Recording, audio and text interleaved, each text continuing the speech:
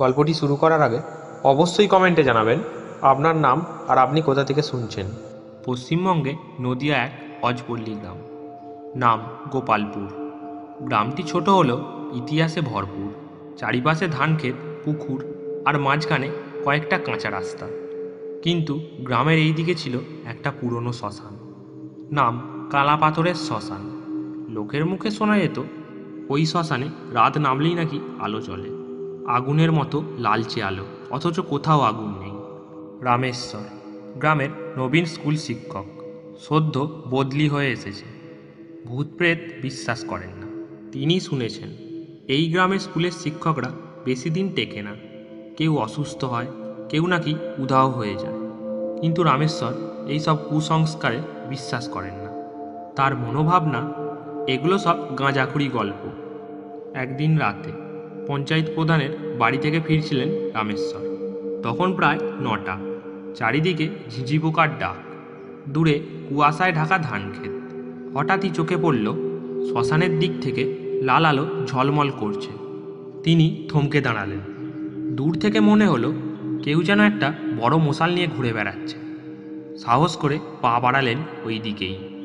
কাঁচা রাস্তা ধরে এগোতেই হঠাৎ বাতাস ঠান্ডা হয়ে এলো। আশেপাশে শুনশান। পা টিপে এগোতে থাকলেন। লাল আলোটা এবার একটু স্পষ্ট হলো, যেন একটা মানুষ আকৃতি, কিন্তু পুরো শরীরটা আগুন জ্বলছে। ভয়ে নয়, কৌতূহলে ছুটে গেলেন সামনে। কিন্তু মুহূর্তেই আলোটা মিলিয়ে গেল। সেখানে পড়েছিল একটা পুরানো শাড়ি আধ পোড়া, আর মাটিতে দগদগে গন্ধ। সেই রাতেই তিনি গ্রামে ফিরে এলেন। কাউকে কিছু বললেন না, কিন্তু ঘুম হলো না সেদিন। পরের দিন স্কুলে গিয়ে পুরানো দপ্তর ঘেঁটে খুঁজে পেলেন একটা রিপোর্ট।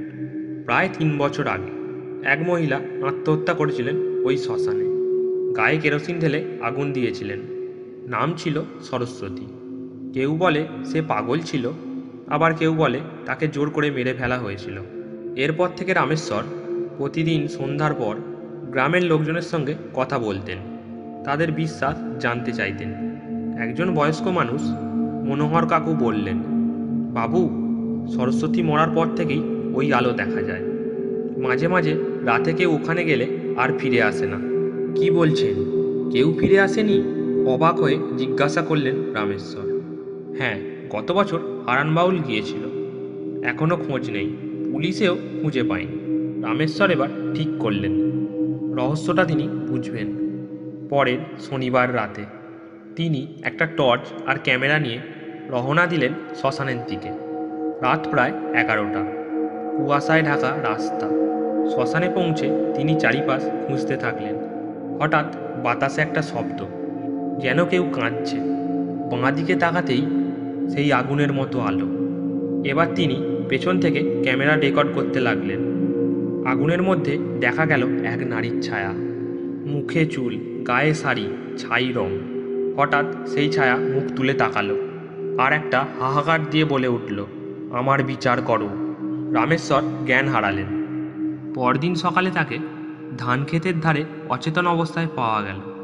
শরীরে কোনো আঘাত নেই, কিন্তু চোখ কেমন ফাঁকা। 3 দিন পর জ্ঞান ফিরল। তখন তিনি শুধু বললেন, ওর মৃত্যুর বিচার করতেই হবে। গ্রামে তোলপাড় লেগে উঠল। রামেশ্বর পুলিশের সঙ্গে যোগাযোগ করলেন। সরস্বতীর মৃত্যুর পুরানো ফাইল খুললেন। অবশেষে দপ্তরে জানা যায় সরস্বতীকে স্বামী ও শ্বশুরবাড়ির লোকজন মেরে আগুন ধরিয়েছিল। পুলিশ তাদের গ্রেপ্তার করে। তাদের শাস্তির পর আবার এক রাতে শ্মশানে গেলেন রামেশ্বর। সেই আলো আর দেখা গেল না। বাতাস শান্ত, চারিপাশে শুধু ঝিঁঝির ডাক। এরপর থেকে আর কেউ রাতে শ্মশানে আলো দেখেনি। রামেশ্বর এখনও শিক্ষকতা করছেন, কিন্তু তিনি বলেন, ভূত প্রেত থাকুক বা না থাকুক, অন্যায়ের বিচার চাইলে প্রকৃতিও তার পথ খোঁজে। গল্পটা এখানেই শেষ করলাম। গল্পটি পুরোটা শোনার জন্য আপনাদের ধন্যবাদ।